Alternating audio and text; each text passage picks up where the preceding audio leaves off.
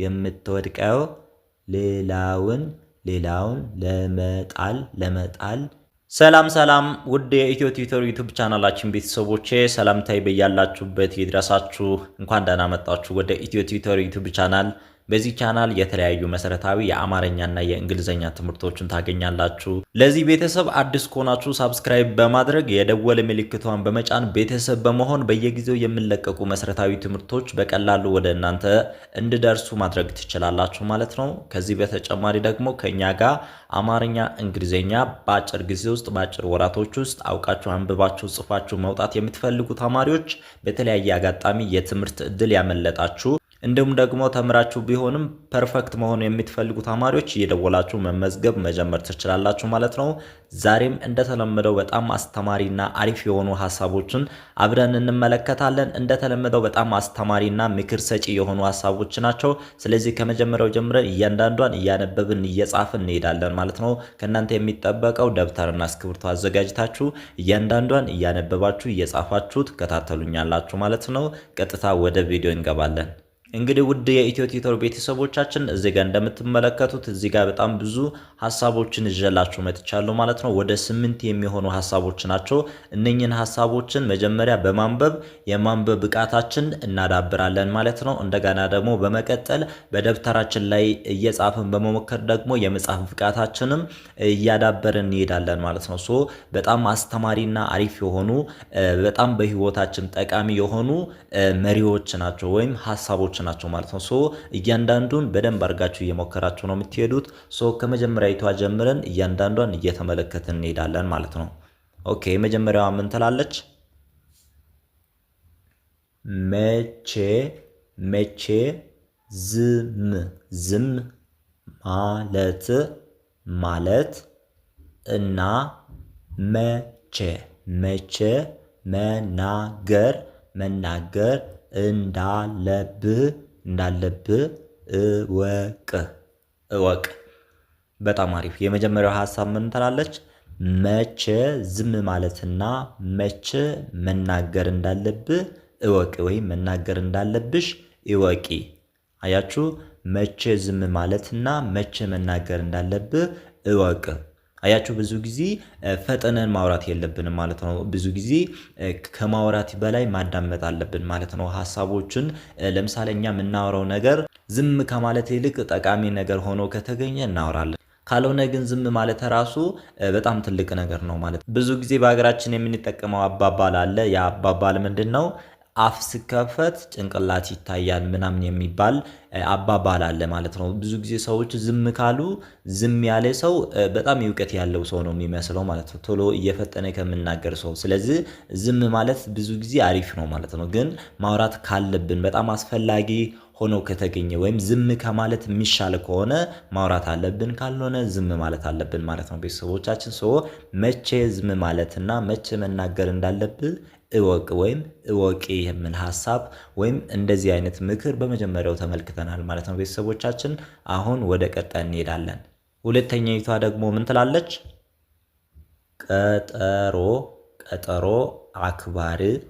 ቀጠሮ አክባሪ እና ታማኝ ሁን እንጂ ሰበብ አትደርድር። ቀጠሮ አክባሪና ታማኝ ሁን እንጂ ሰበብ አትደርድር። አያችሁ? ይሄኛውም በጣም አሪፍ ምክር ነው ማለት ነው ቤተሰቦቻችን። ብዙ ጊዜ የቀጠሮ አክባሪ ላንሆን እንችላለን፣ ግን ከዚህ በኋላ ቀጠሮ ማክበር ምን ያክል ዋጋ እንዳለው ማወቅ አለብን ማለት ነው። ቀጠሮ አክባሪና ታማኝ ሁን እንጂ ሰበብ አትደርድር ወይም ቀጠሮ አክባሪና ታማኝ ሁኝ እንጂ ሰበብ አትደርድሪ። አያችሁ? ስለዚህ ሰበብ መደርደር ወይም ምክንያት መደርደር ምንም ፋይዳ የለውም፣ ምንም ውጤት ያለው ነገር አይደለም። የሆነ ስራ መስራት ካለብን በታማኝነትና በትጋት መስራት አለብን። የሆነ ቦታ ላይ ከሰው ጋር ተቀጣጥረን ከሆነ ቀጠሯችን አክብረን መገኘት አለብን እንጂ ሰበብ ወይም ምክንያት መደርደር የለብንም ማለት ነው ቤተሰቦቻችን። ሁለተኛው ሐሳብ ይሄን ነው የሚያሳየው ማለት ነው። ቀጠሮ አክባሪና ታማኝ ሁን እንጂ ሰበብ አትደርድር የሚል ሐሳብ ነው በሁለተኛ ላይ የተመለከትነው። በጣም አሪፍ። ኦኬ ሶስተኛይቷ ደግሞ ምን ትላለች? ሶስተኛይቷ ደግሞ እቺ ናት ማለት ነው። ከነ ቀደም ብላችሁ እያነበባችሁ እንደሆነ ተስፋ አደርጋለሁ። አሁን አብረን እናነባታለን። ባይዘዌ ግን ሰብስክራይብ የሚለው ቃል ከእንግሊዝኛ ቃል የመጣ ሲሆን ትርጉሙም ተመችቶኛል፣ ተስማምቶኛል፣ አመሰግናለሁ ማለት እንደሆነ ታውቃላችሁ። መልካም ስራዎችን ለመስራት ሁልጊዜ ቀዳሚ ሁን። አያችሁ፣ በጣም አሪፍ። ይሄኛውም አሁን በጣም አስተማሪና ምክር ሰጪ ሀሳብ ነው ማለት ነው። መልካም ስራዎችን ለመስራት ሁልጊዜ ቀዳሚ ይሁን። አያችሁ፣ በዚህ ዘመን አሁን ሰውን ለመሳደብ፣ ሰውን ለማስቀየም ቀዳሚ እየሆነ በሚገኝበት ጊዜ መልካም ስራዎችን ደግሞ ለመስራት ቀዳሚ ሆነን መገኘት በጣም ትልቅ እድል ወይም ትልቅ መልካምነት ነው ማለት ነው። ቤተሰቦቻችን መቼም ቢሆን መልካም ስራዎችን ለመስራት ቅድመ ሁኔታዎችን ማስቀመጥ የለብንም። ለምን? የውስጣችን ባህሪ ነው ማድረግ ያለብን። መልካምነት ወይም መልካም ስራ የህይወታችን ዘይቤ ነው ማድረግ ያለብን እንጂ መልካም ስራዎችን ስንሰራ ከሰዎች የሆነ ነገር ጠብቀን መሆን የለበትም። ለምሳሌ እናንተ የሆነን ሰው ለማገዝ ከፈለጋችሁ በፋይናንሻሊ በብር ሊሆን ይችላል። በሆነ ነገር ለማገዝ ከፈለጋችሁ ነገ ከሱ የሆነ ነገር ጠብቃችሁ ወይም ነገ በዚህ ቦታ ላይ እኔን ያግዘኛል ብላችሁ አይደለም ማገዝ ያለባችሁ። ያ አይደለም መልካምነት ማለት። መልካምነት ማለት ለማንኛውም ሰው በየትኛውም ቦታ ስታገኙ ለዛ ሰው መልካም ነገር አድርጋችሁ ያ የሰራችሁት መልካም ነገር ደግሞ አንድ ቀን በሌላ ቦታ ይከፍልላችኋል እንጂ ከዛ ሰው ሌላ መልስ መጠበቅ የለባችሁ ማለት ነው። ቤተሰቦች በጣም አሪፍ። አንድ ላይ እናነባትና ደግመን ከዛ ወደ ቀጣይ እንሄዳለን። መልካም ስራዎችን ለመስራት ሁልጊዜ ቀዳሚ ይሁን። በጣም አሪፍ። ኦኬ፣ አሁን ወደ አራተኛ ደርሰናል። አራተኛይቷ ደግሞ ምን ትላለች? ብቻህንና ከፈጣሪ ጋር የምትሆንበት ጊዜ ይኑር። በጣም አሪፍ። እነኛ ሐሳቦች በጣም ምክር ሰጪ ሐሳቦች ናቸው ብያችኋለሁ ቤተሰቦች። እዚህ ጋር ምንድነው ምለው አራተኛ ላይ ብቻህንና ከፈጣሪ ጋር የምትሆንበትን ጊዜ ይኑር። ብቻህንና ከፈጣሪ ጋር የምትሆንበት ጊዜ ይኑር። በጣም አሪፍ።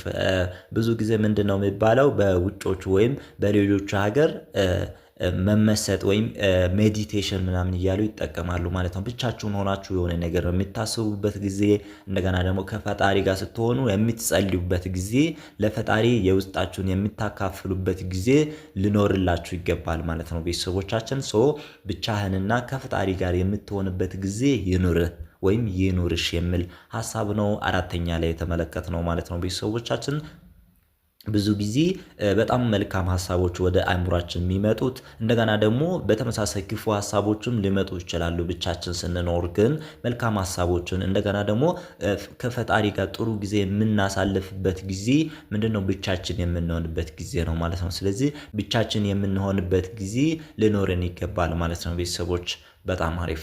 ኦኬ፣ አምስተኛይቷን ደግሞ እንመለከታለን። አምስተኛይቷ እቺ ትመስላለች። ቤተሰቦች እንደምታውቁት በጣም አሪፍና አስተማሪ የሆኑ ሐሳቦች ናቸው ሁልጊዜ ማመጣላችሁ። እናንተን በህይወታችሁ ላይ በጣም ብዙ ጠቃሚ ዕውቀቶችን የምታገኙባቸው አይነት ሐሳቦች ናቸው። ከዛ በዘለለ ደግሞ ማንበብና መጻፍን ደግሞ እያዳበራችሁ እያሻሸላችሁ የምትሄዱበት ትምህርቶቹን ነው ማመጣላችሁ ማለት ነው። ከዚህ ሐሳቦች እናንተ የወደዳችኋትን ሐሳብ ኮሜንት ላይ እየጻፋችሁ ትወጣላችሁ ማለት ነው። ቤተሰቦች እንደተለመደው ኮሜንት ላይ እየጻፋችሁ የትኛዋን ሐሳብ እንደወደዳችሁ ያችን ሐሳብ ኮሜንት ላይ እየጻፋችሁ ትወጣላችሁ ማለት ነው። ቤተሰብ በጣም አሪፍ። አምስተኛይቷ ምን ትላለች? ለጊዜያዊ ምቾት ብለህ ዘላቂ መንገድህን አታበላሽ። በጣም አሪፍ። አያችሁ፣ ለጊዜያዊ ምቾት ብለህ ዘላቂ መንገድህን አታበላሽ ወይም ለጊዜያዊ ደስታ ብለህ ህይወትን አታበላሽ እንደማለት ነው። በቃ ሌላ ነገር አይደለም። ቤተሰቦች ብዙ ጊዜ ሰዎች ጋር የሚከሰቱ ነገሮችን አይታችሁ ሊሆን ይችላል። አንዳንድ ሰዎች ለጊዜያዊ ደስታ ወይም ለደቂቃዎች ደስታ ብሎ የራሱን ህይወት ዋጋ በሚያስከፍልበት ሁኔታ ላይ ይጠላል ማለት ነው። ቤተሰቦች ያው ብዙ ቦታ ላይ እናንተም በያላችሁበት ቦታ ልትመለከቱ ትችላላችሁ። ብዙ ጊዜ ሰዎች ለተወሰነ ደቂቃ ወይም ለተወሰነ ጊዜ ምቾት፣ ለተወሰነ ጊዜ ደስታ ብሎ ራሳቸውን የህይወት ዘመናቸውን የሚያበላሹበት ሁኔታ አለ ማለት ነው። ስለዚህ ከእንደዚህ አይነት ውሳኔዎች ከእንደዚህ አይነት ድርጊቶች መጠበቅ አለባችሁ ማለት ነው ቤተሰቦቻችን። በጣም አሪፍና አስተማሪ የሆነች ሀሳብ ናት ማለት ነው። ለጊዜያዊ ምቾት ብለህ ዘላቂ መንገድህን አታበላሽ። አያችሁ፣ እንደዚች አይነት በጣም አሪፍና አስተማሪ የሆነች ሀሳብ ናት ማለት ነው። ለጊዜያዊ ምቾት ብለህ ዘላቂ መንገድህን አታበላሽ። በጣም አሪፍ። ኦኬ፣ አሁን ደግሞ ቀጣዩን እንመለከታለን ማለት ነው። ቀጣይ የምንመለከተው ይሄኛው ነው የሚሆነው ማለት ነው። እንደተለመደው እናንተ ከነቀደም ብላችሁ እያነበባችሁ እኔ ሳነብ ደግሞ ራሳችሁን እያረማችሁ ነው የምትሄዱት ማለት ነው ቤተሰቦች። ኦኬ፣ ምን ትላለች? የሞከርክ ቀን ነው የምትወድቀው ሌላውን ለመጣል የሞከርክ ቀን ነው። አያችሁ፣ እቺኛዋም በጣም አስተማሪና ምክር አዘል የሆነች ሀሳብ ናት ማለት ነው። የምትወድቀው ሌላውን ለመጣል የሞከርክ ቀን ነው ይላል። ያ ማለት ምን ማለት ነው ቤተሰቦቻችን?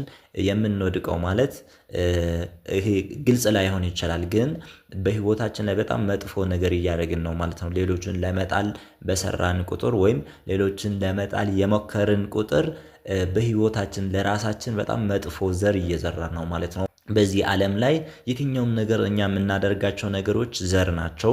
ዘር የዘራናቸው ነገሮችን መልሰን እናገኘዋለን ማለት ነው። ልክ አሁን ስንዴ ዘርታችሁ ጤፍ እንደማታጭዱ መልካም ነገር ዘርታችሁ ክፉ ነገር አታጭዱም። አያችሁ። ስለዚህ መልካም ነገር ከሰራችሁ መልካም ነው የምታጭዱት። ክፉ ነገር ከሰራችሁ ደግሞ ሰዎችን ለመጣል ከሰራችሁ ሌሎቹ ሰዎቹ ደግሞ አብዛኞቹ እናንተን ለመጣል ነው የሚሰሩት ማለት ነው። የዘራችሁትን ነገር ስለምታጭዱ ሰዎችን ለመጣል መሞከር የለብንም ማለት ነው ቤተሰቦቻችን። በጣም አሪፍ። ምን ይላል? የምትወድቀው ሌላውን ለመጣል የሞከርክ ቀን ነው ይላል። በጣም አሪፍና ደስ የምትል ሀሳብ ናት ማለት ነው። እቺኛዋን ሀሳብ ወድጃታለሁ እኔ ራሴ። ስለዚህ በጣም አሪፍ አስተማሪ የሆነች ሀሳብ ናት ማለት ነው። ኦኬ፣ አሁን ደግሞ ቀጣዩን እንመለከታለን። እቺኛዋን እንመለከታለን ማለት ነው። ምን ትላለች? እያወቅ ግን ሞኝ መሆን ብዙ ነገር ያስተምራል። አያችሁ፣ ብዙ ነገር ያስተምራል። አንዳንድ ጊዜ እያወቅን ሞኝ እንሆናለን አይደለ? ምንድነው የሆነ ማድረግ ያለብን ነገር እያወቅን ግን ሞኝ መስለን ምን እንደሚፈጠር ለማየት ዝም እንላለን ማለት ነው። ለምሳሌ ወይም ማውራት እንዳለብን ሰዎች ሲያስቡ እኛ ግን ዝም እንላለን። አያችሁ፣ ያኔ የሆነ ነገር እየተማርን ነው ማለት ነው። እያወቅ ግን ሞኝ መሆን ብዙ ነገር ያስተምራል ማለት ነው። አንዳንድ ጊዜ እያወቅን ዝም እንላለን፣ እያወቅን ሞኝ እንመስላለን። ግን በዛ ሁኔታ ውስጥ የሚፈጠሩ ነገሮችን ከተመለከትን በኋላ የሆነ እውቀት የሆነ ትምህርት እናገኛለን ማለት ነው ቤተሰቦቻችን። አንድ ላይ ምን ትላለች? እያወቅ ግን ሞኝ መሆን ብዙ ነገር ያስተምራል። እያወቅ ግን ሞኝ መሆን ብዙ ነገር ያስተምራል። በጣም አሪፍና አስተማሪ የሆነች ሀሳብ ናት ማለት ነው። ኦኬ፣ አሁን እንደምንም ብለን ወደ መጨረሻው አካባቢ ደርሰናል ውድ ቤተሰቦቻችን። የመጨረሻው ሀሳብ ደግሞ ምን ትላለች? የውሃ ጠብታ ከጊዜ ብዛት በኋላ አለት ይሰብራል ወይም ድንጋይ ይሰብራል ማለት ነው። የውሃ ጠብታ ከጊዜ ብዛት በኋላ አለት ይሰብራል ወይም ድንጋይን ይሰብራል ማለት ነው። ያ ማለት ምን ማለት ነው ቤተሰቦቻችን? ይህ አባባል ወይም ይሄ ሀሳብ የሚያስተምረን ነገር ቢኖር ምንድነው? አንዳንድ ነገሮችን በትዕግስት መስራት አለብን ማለት ነው። ትዕግስት እየሰራን ብዙ ጊዜያቶችን ሊፈጁብን ይችላሉ።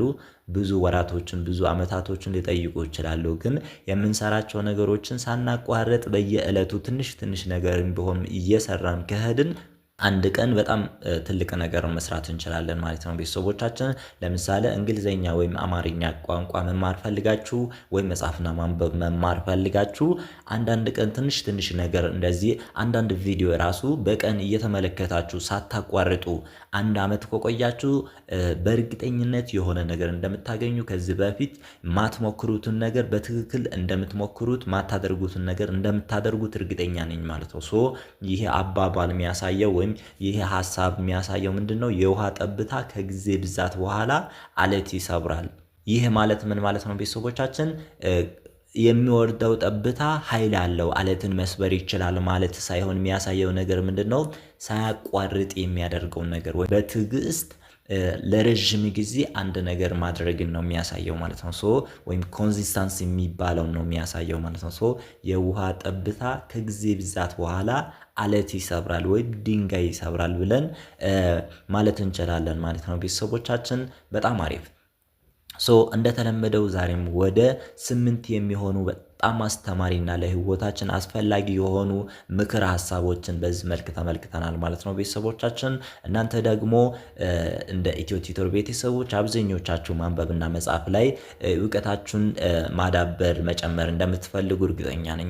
ከነኚህ ሐሳቦች የወደዳችኋትን ሐሳብ ኮሜንት ላይ እየጻፋችሁ እንደገና ደግሞ ሁሉንም ሐሳቦችን በደብተራችሁ ላይ እየጻፋችሁ ከዚህ አንብባችሁ ሐሳቡን ከተረዳችሁ በኋላ በደብተራችሁ ላይ ለመጻፍ ትሞክራላችሁ ማለት ነው። ሳታዩ በዚህ መልክ እየጻፋችሁ የመጻፍና የማንበብ ብቃታችሁን ልታዳብሩ ትችላላችሁ ማለት ነው ቤተሰቦቻችን። ያው ከዚህ በተጨማሪ ደግሞ ላይክ ማድረግ እንዳረሱ፣ ኮሜንት ማድረግ እንዳረሱ፣ ሌሎች ደግሞ መማር ለሚፈልጉ ተማሪዎች ሼር ማድረግ ማጋራት እንዳረሱ ማለት ነው ቤተሰቦች። እስካሁን እያበረታታችሁ በጣም እየደገፋችሁ ስለሆነ ከልብ እናመሰግናለን። አሁንም የእናንተ እገዛ ወይም የእናንተ ማበረታቻ እንሻለን ማለት ነው። ኮሜንት ላይክ ማድረግ ማበረታታት ማለት ነው። ሰብስክራይብ ያላደረጋችሁ ደግሞ ሰብስክራይብ አድርጋችሁ ትወጣላችሁ። ከዚህ በተጨማሪ ደግሞ ከኛ ጋር አማርኛ፣ እንግሊዘኛ ወይም ኦሮምኛም ቢሆን የፈለጋችሁትን ቋንቋ በአጭር ወራቶች በአጭር ጊዜ ውስጥ ተምራችሁ አውቃችሁ መውጣት የምትፈልጉ ተማሪዎች በታች ባስቀመጠንላችሁ ስልክ በኢሞ፣ በዋትስአፕ፣ በቴሌግራም እየደወላችሁ ከኛ ጋር እየተማሩ ከሚገኙ ተማሪዎች ጋር ተቀላቅላችሁ በግሩፕም እንዲሁም ደግሞ በግላችሁም ማጥናት መማር ትችላላችሁ ማለት ነው ቤተሰቦቻችን። ጥያቄ ካላችሁ መጠየቅ ትችላላችሁ። ካልሆነ በሌላ ቀን እንዲሁ በአስተማሪ ቪዲዮ እስክንመለስ ድረስ ሰናይ ጊዜ። መምህር አዲስ ነበርኩ። አመሰግናለሁ።